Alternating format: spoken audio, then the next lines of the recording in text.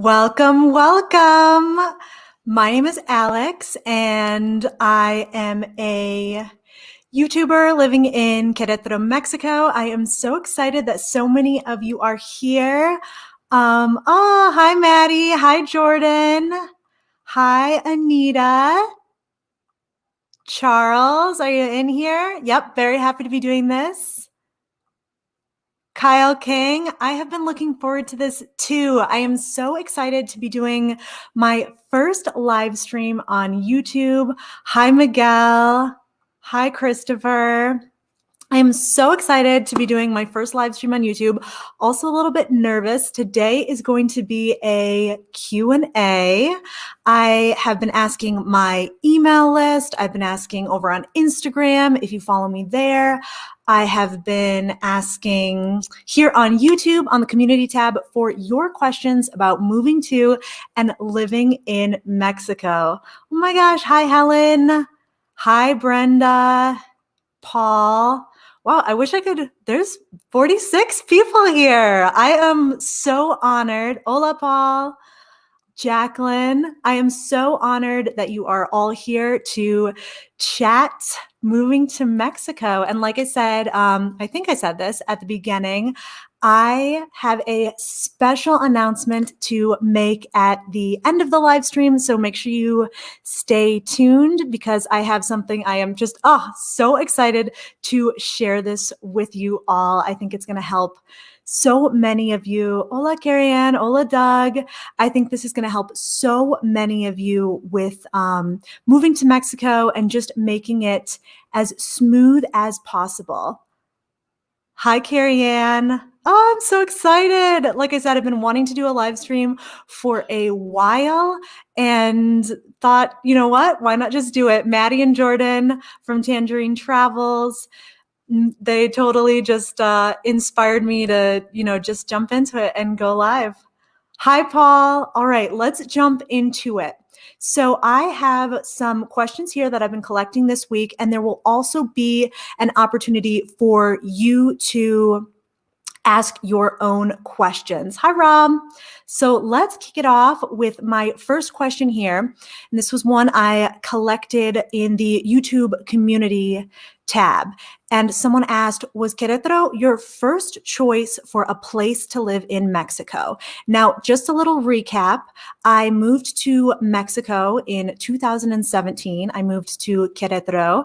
And it was my first place it was my first choice for a place to live. If you don't know, I live here with my partner, Taylor, and we were living in Spain. We were living in Madrid for 2 years prior to moving to Mexico, and we were kind of brainstorming where we wanted to live in Mexico. And honestly, I think it was between Puebla and Querétaro. And we did a little research. I mean, very, very minimal research, to be honest. There wasn't a lot online about Querétaro at the time, but we knew that it had a reputation for a very high quality of life and also for being one of the safest cities in Mexico. I've talked about this a little on my YouTube channel before, but my mom, her side of the family is actually Mexican.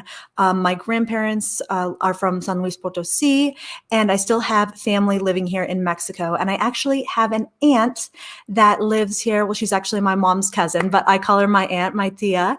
She lives here in Querétaro. And so was familiar with the city, had never visited, but had heard of the name and thought that from what I saw online, Querétaro sounded good. And we came here and got settled right away. And looking back, I always tell people, the advice I always give people about moving to Mexico is that you should come here and you should travel, try out different places, live somewhere for a week, a month, 2 months, and get the feel for the city. When I moved to Mexico, I was 25 years old and did so on a very limited budget and had to get settled, had to start working right away. And honestly, I feel like I hit the jackpot coming to Querétaro and not knowing much. to think of all the places that I could have potentially settled in Mexico, Querétaro was my first choice. And almost 4 years later, I still absolutely love living here. And even though I've traveled quite a bit in Mexico, I have never found a place that I love as much as Querétaro. So, oh, hi, Debbie. So that was my first one. Yes, Querétaro is in the very center of Mexico. It is also, that's one of the reasons I love living here, is that it is very well positioned to travel around Mexico. I like the proximity to Mexico City. It's easy to get back. You can score a cheap flight. I think Taylor and my record for traveling back to the US, getting a cheap flight. I think we've flown for, I want to say $200 from here to Chicago. So pretty good. A lot better than a flight from Spain, like we're used to. Hi from Michigan, Mary Dean. For those of you who don't know, I am originally from Michigan. I grew up in the Midwest, went to college there. Yes, Tangerine Travels in the house. Those are my peeps. All right, so let's see. My next question here is a quick one. Is seafood hard to find inland? Now, if you don't know, Mexico City has the second largest seafood market in the world. The first largest is Tokyo, and Querétaro is about 3 hours away from Mexico City. So even though Querétaro is landlocked, even though it's inland, we are getting a lot of very good, very fresh seafood here. So if you are a fan of fish, shrimp, oysters, you can still get that in Querétaro, even though we are nowhere near the beach. All right, I'm trying to keep an eye on over here to see if anybody is asking questions. Oh, hi, Richard. Yes, I think there's a lot of new faces around here after the collab that I did with Maddie and Jordan from Tangerine Travels, and I am so grateful to have so many new people on my channel hanging out. All right. Oh, Jack, don't even worry about it. I am glad you're here. All righty, so what have we got next? Question number 3. Does it make a difference to a landlord if you're on a tourist visa or have a temporary residency visa?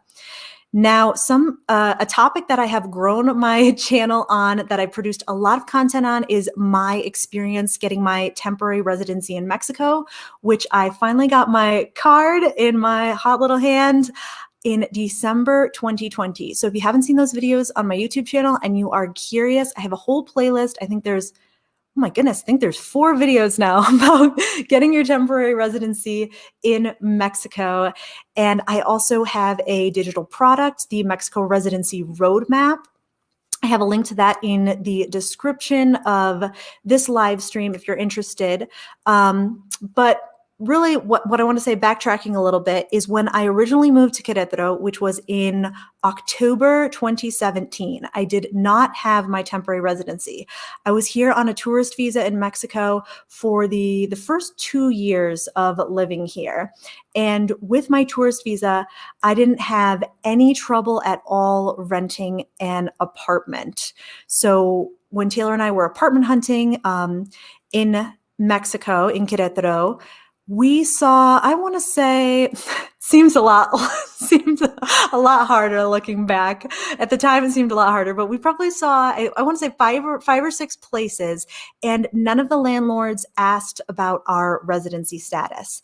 Now, that is not always the case. I have some other friends here in Querétaro, especially when you get into the higher tiers of rentals, there's going to be a lot more hoops that you have to jump through. But here, the things that my landlord wanted from us, they wanted to see our pay stubs for the last 6 or 12 months just to make sure that we were earning enough to cover the rent.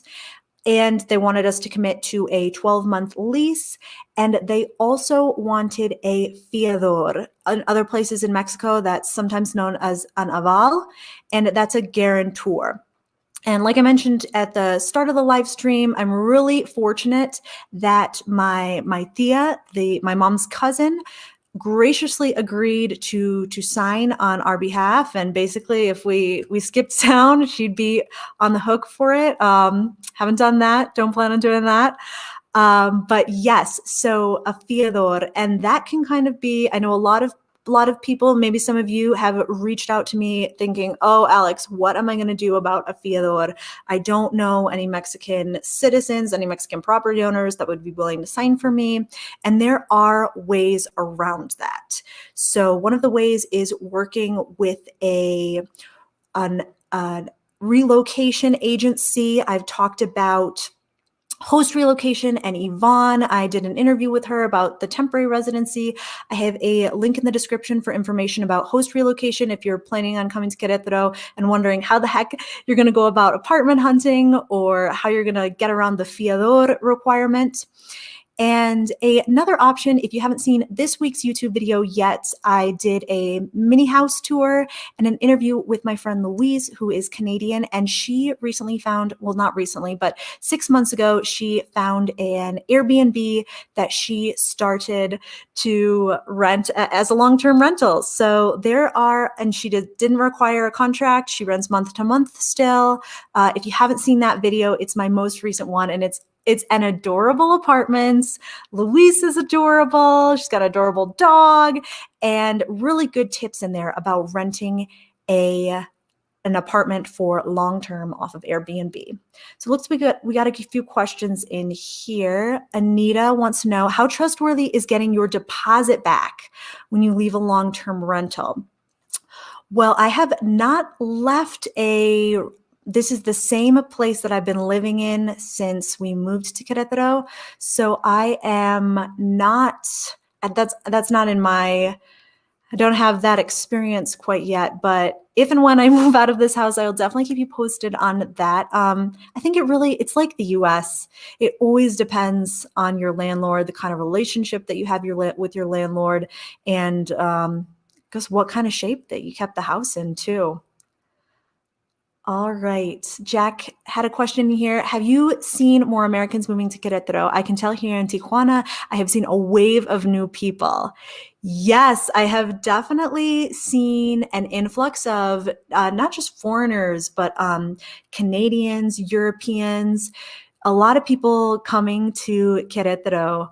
And the city it's definitely growing. For those of you who haven't visited Querétaro or who are not familiar with the city, Querétaro is one of the, if not the fastest growing city in Latin America.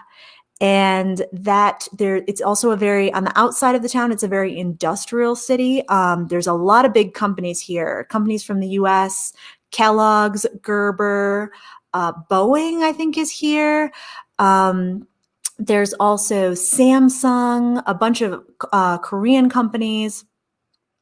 So yes. Oh, thank you. This is a very good point. When I said that Querétaro is one of the fastest growing cities in Latin America, it's not just foreigners coming here. There are also a lot of Mexicans coming from Mexico City, other parts of Mexico. And that's really something. Oh, yep. Boeing is here. Thank you. That is also interesting. So, yep, more companies coming all the time. And yes, so Querétaro is growing. And one of the things that I really love about Querétaro, the last thing I want to say on this topic for now, is that with so many people moving to the city, Mexicans and foreigners alike, there is definitely a vibe here of people wanting to connect and getting to know each other. I think sometimes if you move to a place where everyone's grown up together, I think that especially in smaller towns in Mexico, just like smaller towns in the US, just like smaller towns everywhere, people can get very insular and they want to hang out with their old friends. But here in Querétaro, I feel like everyone is the meetups, the Facebook groups, all of those things are thriving. So when people ask me about coming to Querétaro and will it be hard to meet people, I say no. I was even having people reach out to me during the pandemic. My friend Louise, who I did the house tour with, reached out to me, and so you will definitely be able to connect with people, Mexicans and other foreigners alike. Looks like Helen's got a question here. When I move to Mexico, I will be retired and single. I am concerned with keeping myself busy. What are the opportunities for volunteer work or classes such as cooking, painting, etc.? Well, congratulations on planning your future move to Mexico, Helen, and almost retirement. That's exciting. Querétaro is a huge city. I think in the actual city, there's around 1 million people, and then in the surrounding areas, it might be up to 2 million people. So Querétaro is a very big city. It's a very there's a lot going on here. I think people are always asking me about their different hobbies, whether it be cooking and painting, whether it be I know Taylor, when we first moved here, he was trying to learn how to code, and there's a group for everything. Whether you're finding them on Meetup or on Facebook, you can find your people here in Querétaro. With between 1 million and 2 million people living here, you can definitely find opportunities for volunteer opportunities or the classes. So I think you will be set, Helen, for sure. All right, what other questions do we have in here? Let's see. I wanted to touch on this. What are the healthcare options for someone with a tourist or temporary residency visa? Now, I would like to do a longer video or maybe dedicate a live stream just to talking about healthcare, because I know that this is a very, as it should be, a very important a theme, a very important topic. So when I moved here in 2017, I moved on I had my tourist visa. And when I came here, I had traveler's insurance with World Nomads, which has been my go-to travel insurance. And I had it while I was settling in here for the first month or two that I was living in Mexico. And then Taylor and I met with an agent from HNP. And even though we were on our tourist visa and even though we were not married, we were able to get a plan as a couple, which gave us a bit of a discount. And we had that health insurance through HNP, which is GNP, Grupo Nacional Provincial, which is one of the largest private healthcare providers, I think actually the largest private healthcare provider in Mexico. And we had that plan and still have that plan despite only having our tourist visas. Now I have my temporary residency visa, and I am eligible for IMSS, which is the public option here in Mexico. So if you have your temporary residency, if you have your permanent residency, you are eligible for the public health option here in Mexico. But most of the Mexicans that I've talked to have a combination of private and public health insurance, just because with IMSS, with the public health option, as you can imagine, sometimes it can take a while to get the appointments that you need. So I would recommend looking into a private healthcare provider, and there are a lot. HNP is just one of them. There's a lot of different options here in Mexico. So I think I'm going to do a longer video or collect questions. If you're not on my email list, if you haven't downloaded the Move to Mexico Quick Start Guide, where I touch on health insurance in that guide, it's a free 25-page guide. There is a link in the description of this live. And when you download that guide, you're also on my email list. And oh my gosh, I've been talking like la la la la la. I need a sip of water. When you are on that list, I email the list every single Friday and share information about moving to Mexico, and also ask for your questions, for your feedback. And I will definitely be sending out an email asking for questions about healthcare, about health insurance, because I think this deserves a longer video for sure. Yes, please, Rob, I will be sure to do this. So if you have questions, I know, Rob, you're on my email list. Shoot me an email, whatever questions you have. And I think I might even get in touch with HNP, with my agent, to ask about those. All right, I am just checking here in the comments to see. Yes, if you're on my email list, then definitely send me an email with or my email, alex@backpackingbrunette.com. Send me an email with whatever questions you have about healthcare. All right, Anita has a question here. Is it cheaper to fly into Mexico City or Querétaro when moving from the US? When you're moving from the US, I would probably consider what is more convenient, depending on how many bags you plan on bringing to Mexico, just because it can be kind of a hassle. I'd probably opt for convenience, flying into Querétaro instead of dragging my bags all around. But it's 9 times out of 10, it's going to be cheaper to fly into Mexico City. That is the biggest airport, the busiest airport in Latin America. So you can almost always score a cheap flight, or an affordable flight, I should say, into there. Querétaro does have an airport. It's about 30 minutes outside of the city, and it is pretty small, but there are international flights. I know there's direct flights from Houston. I recently flew in and out of the Querétaro airport for the first time. And it was a great experience, but flights there are more expensive. I think it was almost $600 round trip for me to get back to Michigan. So from Querétaro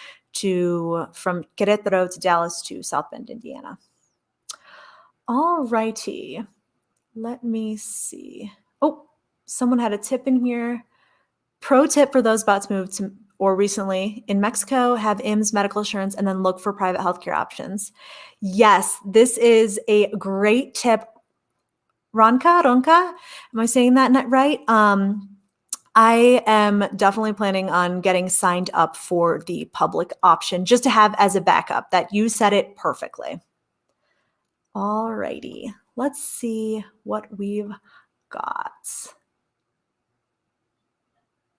All righty, hopping over to the next queue. Can you get U.S. sports on your home TV?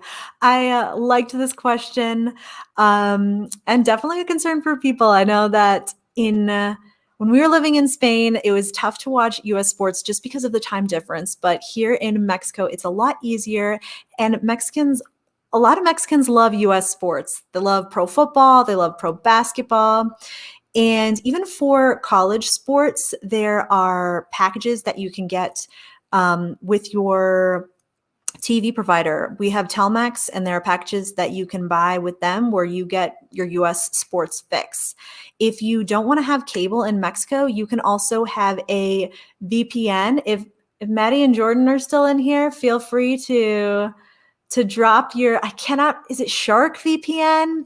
Taylor and I have NordVPN, and it cost us, I think, $200 for a 2-year. And for those of you who don't know what a VPN is, it basically changes the location of your computer. So instead of reading as Mexico, it would read as you were somewhere in the US. And that's a way that you can watch stuff from the US, watch programs from the US. Oh, John, is Insabi, is that a VPN?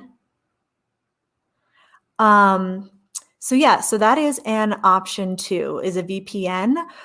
You could have, let's see, every cable provider has the NFL channel, NBA channel. Yes, college football and college basketball are very huge here in Mexico. So if that's your jam, you should be able to definitely, okay, Insabi is healthcare. Very good. All right, what have we got next? So you should not have any problem, just wrapping that one up, watching US sports. How do people in Mexico move money around in the US? This question that I got via email, this person was asking specifically about Venmo. Now, if someone in the comments can let me know, thank you, Surfshark is a VPN. Thank you, Carrie Ann. If someone can let me know in the comments, has anyone used a VPN to use Venmo and to send money to people in the US? Here in Mexico, I usually use PayPal, and you can also use Wise, formerly known as TransferWise, to send money. But for the most part, I would say PayPal is my go-to. And then here in Mexico, PayPal is also very popular. And then people also do transfers at the OXXO, for example. Oh, my friend Mao is in here, and he says that he watches sports on ESPN and Fox Sports, and on Sky, you can see everything. So he's a big sports guy, and you can find what you need. PayPal is huge in Mexico. People don't use Venmo as much. I don't think Venmo is I was wondering if people were maybe using. Yeah, I don't think it's available in Mexico, but I was wondering if people were using the VPN to send Venmo payments to people in the US from their US bank account. Let's see. All right. Hi, Susan. All right, I'm trying to look through here to see if there's anyone's got any questions. Charles, I saw you had some questions. Oh, here's one. Puppy Love asks, do you have a lot of expat friends? I guess yes. I guess I do have a lot of friends that are from the US or from Canada. Taylor has a good buddy that is Dutch. And like I said, there are a lot of foreigners living here in Mexico. But I also have Mexican friends. I think it's good. I think it's important to try to have a combination of both. I always tell people, take your friends where you can get them. I think it is a huge, it's kind of a shared expat foreigner fantasy that, you know, when you move to another country, you're going to have all local friends and yada, yada, yada. But really, making friends is so hard. You should just take them where you can get them. All right, let's see what I have got over here.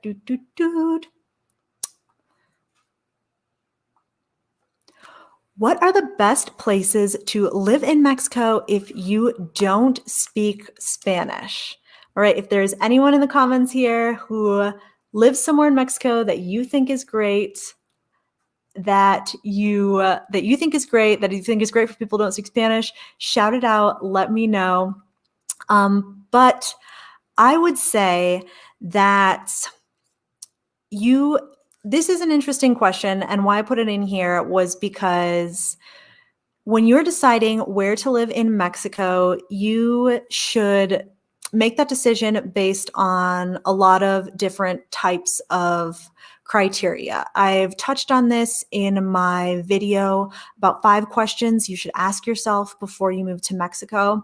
And one of those questions, number 4, I believe, is your must-haves. What are your must-haves for moving to Mexico? So when you say what are the best places to live in Mexico if you don't speak Spanish, are you asking for doctors and dentists and hairdressers and taxi drivers that speak English, or are you looking for those people that do speak English, or are you looking for a community of English-speaking friends? So someone mentioned San Miguel, Ajijic in Lake Chapala.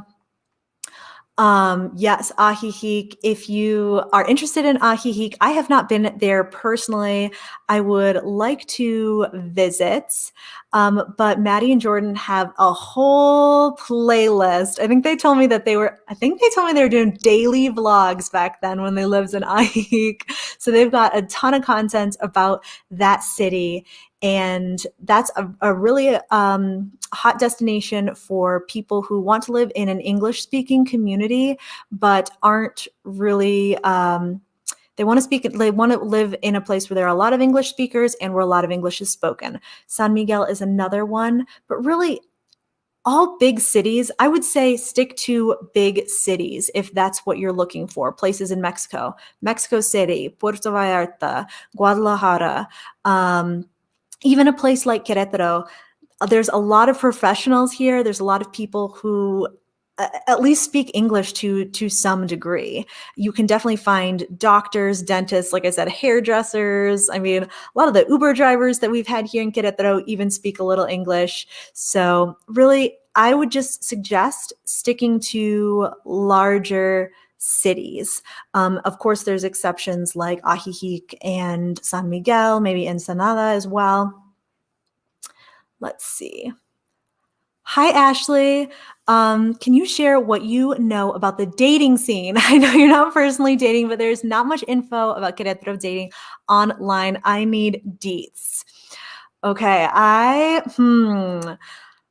am planning on doing a girls' night vlog with my friend Luis and then our other friend Pau, who is Mexican, who's here from Querétaro. She's Queretana, and she's on Tinder, she's on Bumble, and she will give us the deets. That's a vlog that's going to be coming up probably in the next month. So if you have any specific questions about dating, Ashley, then shoot me an email or shoot me a DM on Instagram.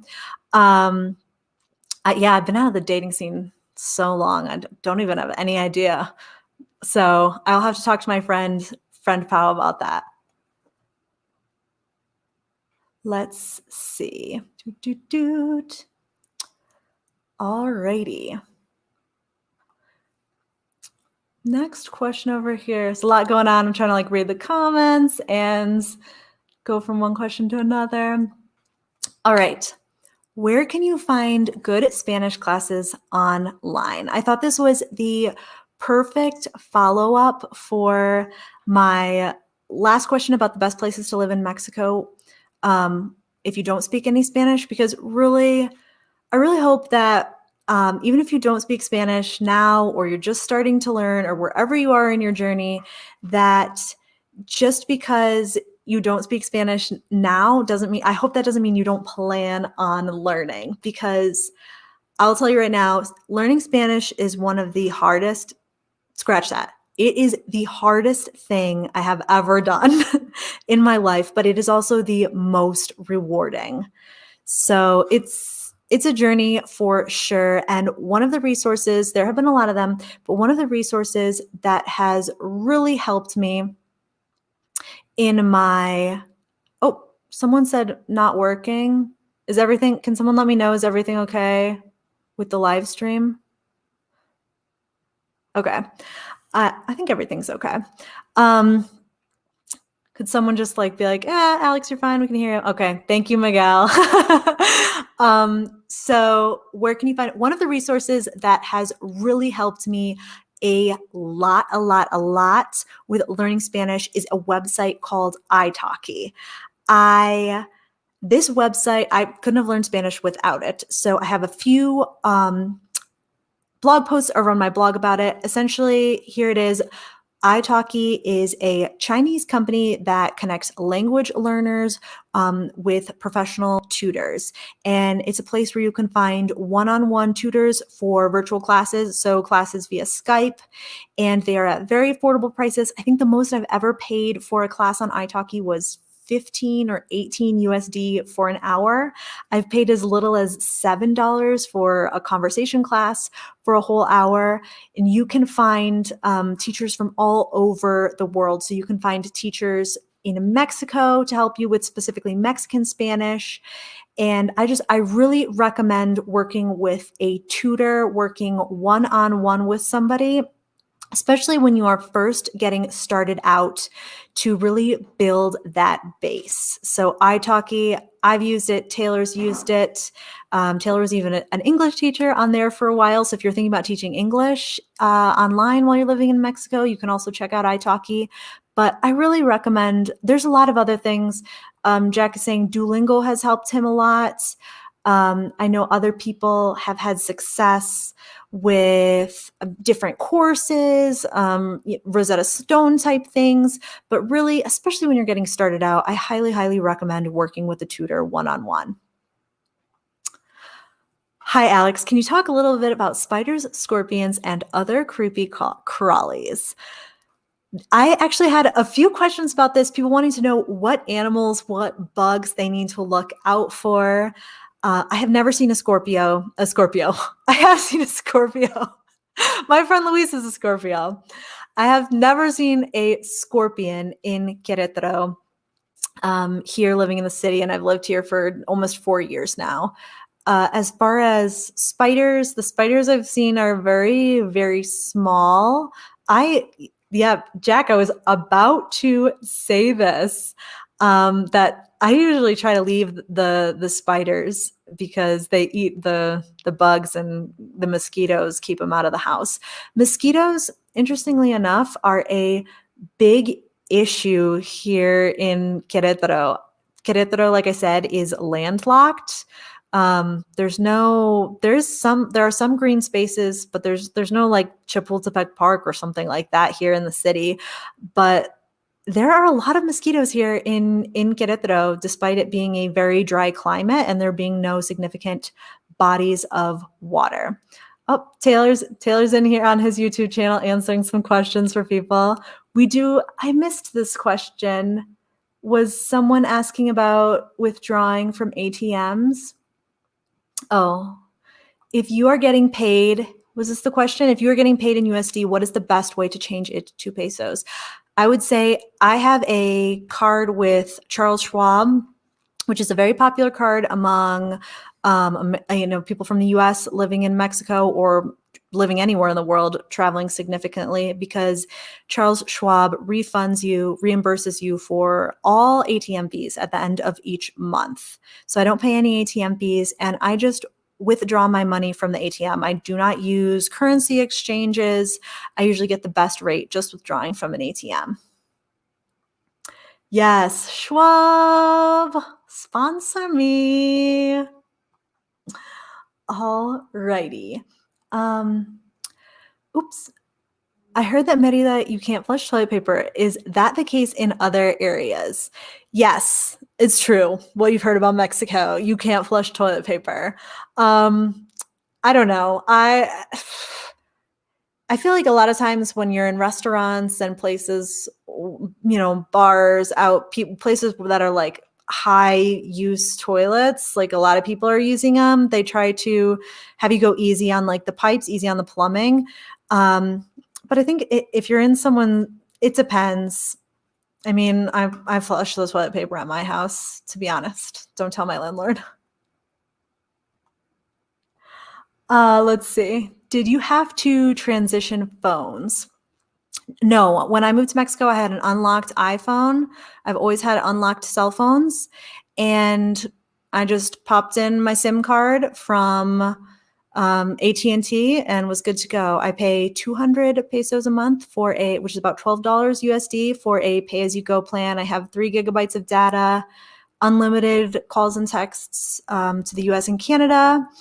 And also, I think WhatsApp, Facebook, Instagram, those don't detract from my data. I do have a double SIM, or I did have, I think now I have a Samsung, a Galaxy, and you can put 2 cards in there, but I just have my Mexican SIM card because it works when I go back to the US. So I don't have a US cell phone number. Let's see. All right. If you sent another question and I missed it, feel free to resend it. I'm trying to keep up with all the questions. Taylor, if you see any good questions in there you think that I should answer, let me know. All right. Is Querétaro safe? I wanted to touch on this one because this is a question that I get every single time I ask for questions.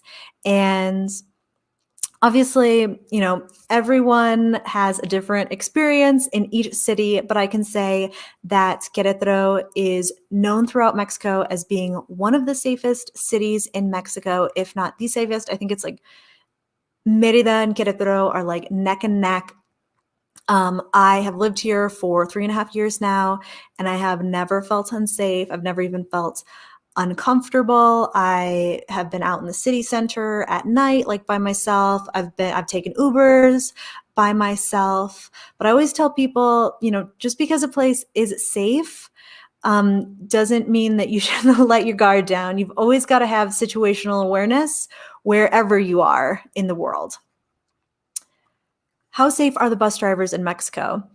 I often take the bus from from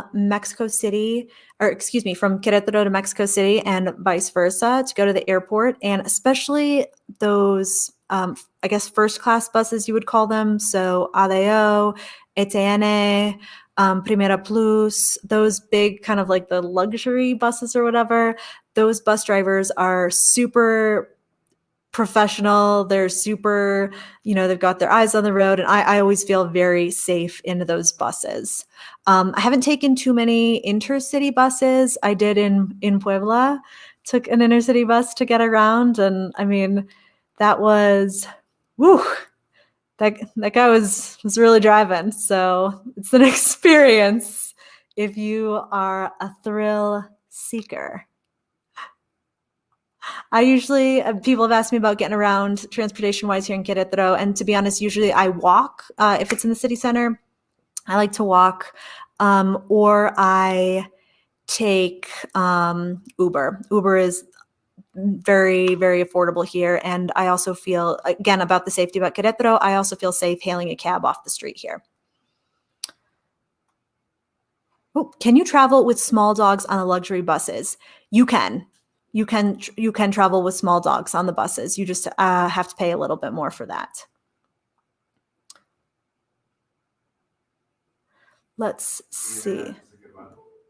The internet, which one was that? From Jack. Jack has a question. Okay. Have you noticed a difference in internet speeds compared to your old provider in Michigan? The best internet that I have ever had in my whole life is right here in Querétaro, Mexico, with Telmex. We had a huge saga. I think is it Miguel in here that's always laughing because I'm always calling out Megacable. But Megacable is the absolute worst, and Telmex is super. We have, I think, Taylor, is it 150 megabytes per second download speed, 150 megabytes per second download speed. And we pay between $25 and $30 USD per month. So super, super fast internet speed. It's fiber optic connection. Yes, Miguel knows, down with Megacable. So yes, the internet is great here. When Taylor and I first moved to Mexico, we were both teaching English online. And so we were simultaneously video conferencing and had to have a very fast connection. And even though we're not doing that now anymore, I still wouldn't change it for the world. $30 for the fastest internet I've ever had in my life. Yes, all day. All right, I'm checking in here for some questions. Are there terrible mosquitoes in Mexico? In Los Angeles, we have these ankle mosquitoes that are ruthless. Ooh, yes, the mosquitoes can be bad in Querétaro. Even though it's a really dry climate here, the mosquitoes can be bad. Right now, tis the season. So if you're looking for a place to rent, I would recommend looking for a place that has screens on the window. And if they don't, buying something off of Amazon or getting an estimate to have it installed, or talking to your landlord about that, because the mosquitoes are vicious here. And since a lot of the houses, especially the older houses in the city center, don't have air conditioning, my house doesn't have air conditioning, so windows open. Fortunately, we have the mosquito netting on my upstairs windows. So let's see. Oh, back to the internet. You can get great internet speeds for a much better price than the US. Yes. For instance, we paid about $40. That's great. $45 USD per month, which is really great. I mean, in Querétaro, it's a bigger city. I'm not sure how big Puerto Morelos is, but I think that's like a great price.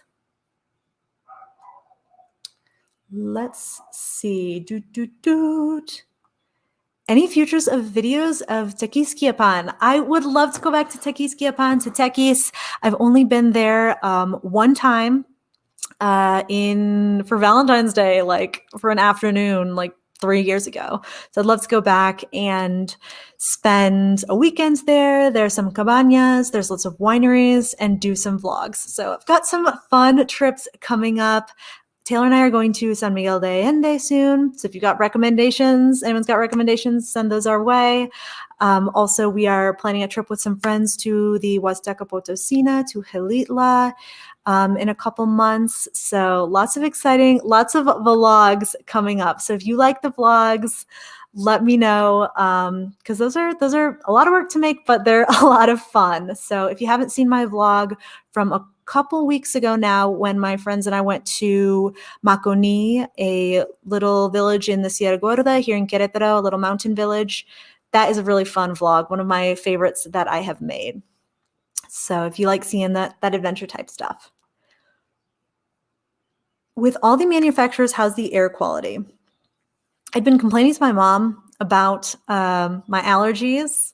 This past week, I was just like, it's been kind of windy in Querétaro. There's been a lot of dust, but she also let me know that because my mom checks the air quality like every day. So, and the weather. And she has said the air quality has been poor in Querétaro. So it is, if you're not familiar with Querétaro, it does sit at a pretty high elevation. I think, isn't it almost as high as Denver?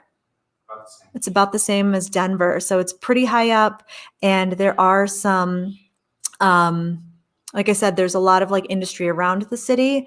So yeah, I think for people who have asthma or any type of respiratory issues, that's definitely something to consider. Oh, Puerto Morelos is small, more so compared to Querétaro. Yeah, so I think $45 for a small town for that kind of internet connection is really, really amazing. And if you're thinking that you're going to move to Mexico in, 5 years from now, or it's like a little bit further down the road from you, I think that you're going to be very, very pleased with the internet options here, because it's always getting better. Let's see, Jack had a tip. When getting your driver's license, always bring 2 copies of your residencia temporal and your comprobante and your passport. Yes, copies. Copies are your best friends. Malik wants to know, are you planning on just doing expat and Mexico videos, or are you expanding the topics to other things? What are your long-term goals for the channel? Oh, well, that is nice of you to ask, Malik. For now, I'm just focused on moving to Mexico, traveling around Mexico. My long-term goals for the channel are to keep making great content for all of you. And really, I mean, I've been at this I uploaded my first video last July, and I have not run out of content ideas. I have my content plan, I think, until July right now. There's so much to share. So right now, that's my plan, just to keep connecting with all of you here in the community. That's one reason for doing these live streams. And if you like these live streams, if you've enjoyed this on Sunday night, let me know, because I'd kind of like, if you're all into it, I'd kind of like to make this a regular thing. So let me know if you've been into this.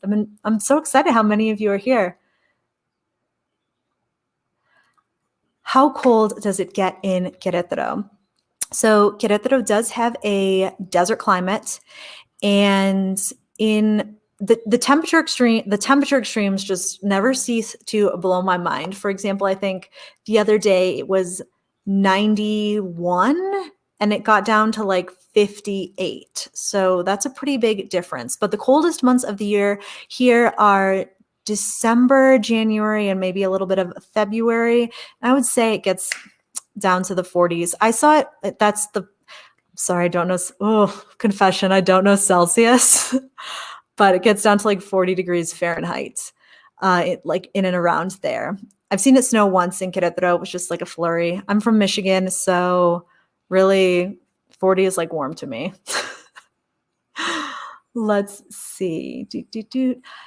David is curious about buying a home in the Jurica area of Querétaro. And what can you tell me about this part of the city? I can tell you that I am planning on doing a video about the best neighborhoods in Querétaro, and Jurica is one of the areas that I plan on talking about. So I was actually just talking to Yvonne from Host Relocation about this.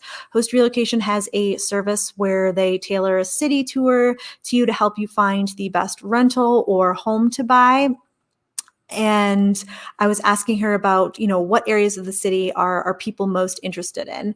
And she said that Jurica is one of them, that it's really growing, it's really expanding, and that it's like a good mix of like foreigners and Mexicans. There's a lot of parks.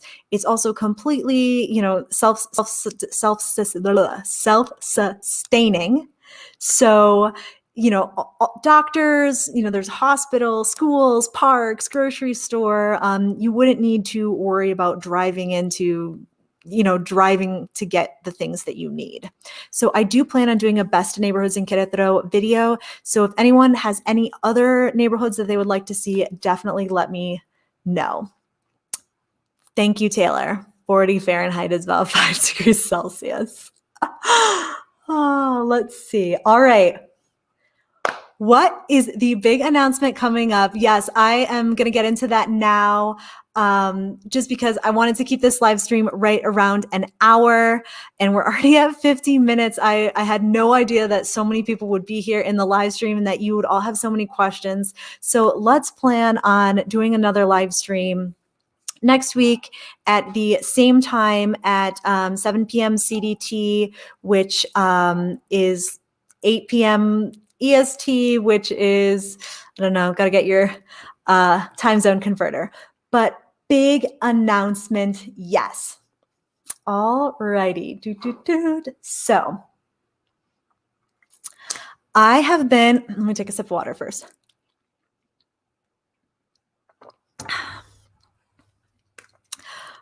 I have been brainstorming different ways that I can help all of you with your plans to move to Mexico. Now, if you don't know, one of the services that I offer is a clarity call, which is a 30-minute or 1-hour session where I meet with you via Zoom and we chat about your specific questions, your specific situation, and your plans to move to Mexico. Now, while I really enjoy doing those clarity calls with people, I understand that that's not always, the best fit for people. And also, as my community grows, there's it's you can only do so many clarity calls. So I'd really love a more affordable way for people to connect with me, to make sure their questions get answered. And what I have come up with is the Move to Mexico membership.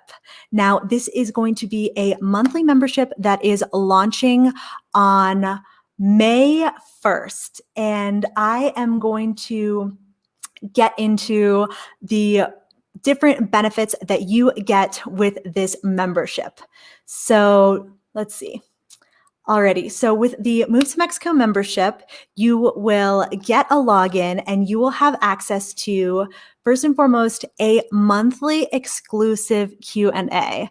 Oh my gosh, if you could see my inbox, if you could see my DMs, my comments, like even though, especially in the last few weeks, those different spaces have started to get kind of crazy, kind of out of control. And I really want to make sure that if you have a question about moving to Mexico, that I am able to answer it. So one of the benefits with the Move to Mexico membership is that you will have access to a monthly exclusive Q&A. So you'll be able to submit your questions, and then I will be creating a video just for members answering their questions. It'll be time-stamped, and you can watch the video from start to finish. You can find the questions that you're interested in. These videos, once you become a member, you'll have access to the archives. So that's a biggie, the monthly exclusive Q&A. Whatever you're wondering, I will research the answer to your question, and you will have access to an exclusive video with all the questions that the various members asked. There will also be a members-only forum. I considered starting a Facebook group, but Facebook groups can get out of hand pretty quickly. I'm not a big Facebook person myself. But this members only forum, it will be highly curated. It'll be an opportunity for you to chat with me about different things related to moving and traveling around Mexico, and also to connect with other members, to share recommendations, to share advice, to ask questions. It will be high curation, low drama, unlike a Facebook group. The third benefit of the Move to Mexico membership will be discounts on products and clarity calls. So now I've got the Move to Mexico, the Mexico Residency Roadmap, which is one of my digital products, but I plan on coming out with other things in the future, and you will get discounts on those, as well as discounts on my clarity calls if you decide that you would like to do a one-on-one with me. And finally, you will have access to the monthly Mexico Mixer via Zoom.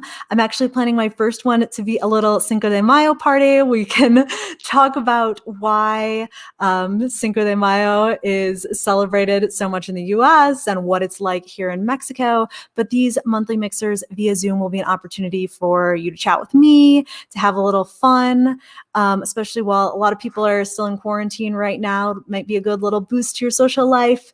And for people, yes. So those will be the Mexico Mixer every month via Zoom. You'll RSVP, and it'll be fun.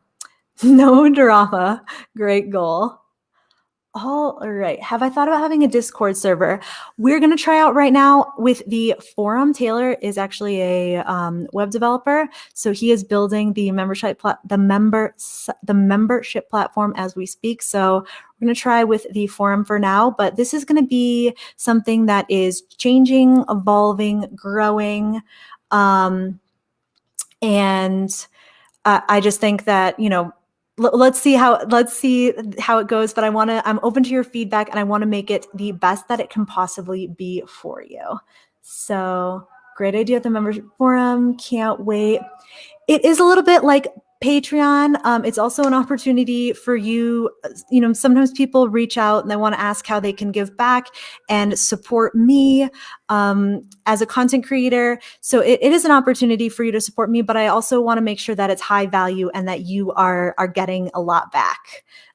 So this is just the beginning. This is something that I hope to build out and get bigger, but you can get in on the ground floor now. Sounds kind of cheesy.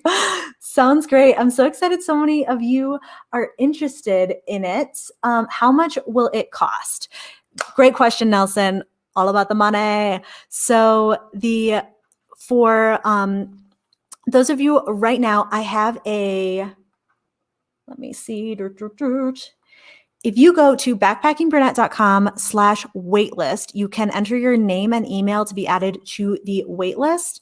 And then when I send out an email, I'm going to send out more information about this in the coming days. And then when the membership doors open on May 1st, if you sign up in those first few days, it will be $17 per month. There will be also an opportunity for you to, if you decide to pay for a year up front, you will get a 30-minute clarity call with me, which is valued at $75. A 30-minute clarity call for free if you pay for a year up front. But even if you don't, $17 per month, and then you will after the first 4 days, if you don't sign up, and then it's going to go up to $19 per month. And though that's my plan right now, but like I said, I plan on growing this. I plan on making it bigger. And if you get in now, you can lock in that $17 per month. Which I'm really going to go all out with this to make sure I'm providing you with the best value possible. So let's see. Oh, thanks so much. So yes, so $15 per month, or excuse me, $17 per month, and then it will go up to $19 per month. So again, there's also a link in the description of this live, but if you go to backpackingbrunette.com/waitlist and enter your email, enter your name. You will be added to the waitlist, and I will make sure that you get that $17 price if you sign up in the first 4 days. You'll be the first to get information about it. So keep an eye on your inbox. That is coming, and it is going to be awesome. So great. Oh, thanks, Rob. You and Taylor are definitely worth it. Thank you so much. Yes, I'm planning on having different themes for the Mexico Mixer each month. I'm planning on, maybe do a tequila talk or a mezcal talk, or we can play trivia about the history of Mexico. I think that there's a lot of different opportunities for that. Yes, and the members only forum, there will be opportunities to chat. I plan on having different sections for different places in Mexico where people can chat and connect. Backpacking Brunette merch, maybe. And if you are a member, then you will get access to those discounts for sure. So don't forget to head over to backpackingbrunette.com waitlist. It will be in the link. There will be a link for that in the description of this live. I think it's a little bit different. I think it's like freebies.backpackingbrunette.com/waitlist. But there's a little finger pointing to it. So I'm going to wrap this up now. Oops, I did want to show you that this is what the page looks like, where you'll sign up, be the first to know. The doors are opening in 11 days, and I can't wait to connect with you all over there. I think that this is going to be really, really awesome. So thank you so much for attending today's live. I hope that you enjoyed it. And yes, I feel like we were part of history. Alex's first live stream. You were here for it. Great video. Oh, thanks, Debbie. Can't wait to have you in there. Great information. Love what you do. Thanks for wanting to help us. Thanks for wanting to help us and wanting to come to Mexico. Take care. This is going to stay up for 24 hours, Maria. Great event. Ciao. Hasta la próxima. Sí, nos vemos en el próximo live stream. We'll see you next week, next Sunday at 7 p.m. CDT, whatever PM, AM, your time. Take care, everyone. Bye-bye.